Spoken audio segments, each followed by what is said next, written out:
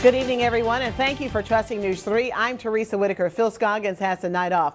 A new political poll shows the Georgia races heading into November are too close to call just yet. Nearly 1,600 Georgia voters completed the survey, which showed GOP incumbent Governor Nathan Deal leading over Democrat Jason Carter 44% to 42%.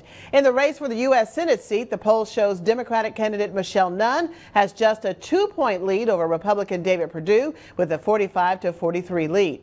News 3's Jessie Mitchell breaks down the numbers for us and explains what they mean for you. She joins us now. Teresa, the campaigns for Georgia governor and the open U.S. Senate seat are well underway, and these numbers show that the candidates on both sides of the aisle are working hard for the vote. Experts say in the end, however, it will be a couple of groups of voters that make the difference.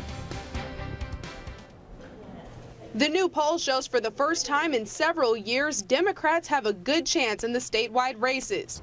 It tells us that Georgia is maybe now officially a purple state. With Governor Nathan Deal just 2 points ahead of former President Jimmy Carter's grandson, Democrat Jason Carter, and Michelle Nunn edging out Republican David Perdue by 2 points, it's anyone's game. But pollster Todd Ream says the liberals have an advantage with minority groups. They are making a large effort to turn out African-American votes, to identify people who voted previously perhaps in presidential elections, but don't come out in these off-year elections and turn them out. 30% of those polled were African American, which is about the same as the expected percent of the vote in November. In 2012, black voters turned out at a higher rate nationwide than white voters for the first time in U.S. history.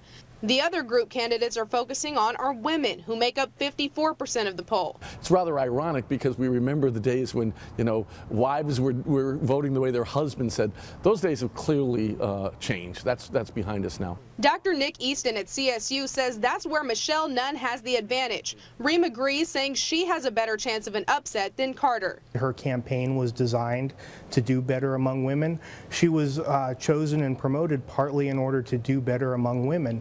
So that's natural. She came out rather surprisingly really swinging, attacking Perdue for having cut jobs. That's a strategy that's been used with some success by Democrats in the past. The poll was commissioned by WRBL and our media partners, PNB Broadcasting and the Ledger-Inquirer. You can see the complete list of poll results on WRBL.com. Live in the studio, Jessie Mitchell, WRBL News 3, on your side. All right, thank you, Jessie. News 3 is digging even deeper over on our Facebook page. We want to know what platforms or topics are most important to you when choosing a candidate. Go to our Facebook page and sound off. Your comment may be used on the air tonight on the Night Watch.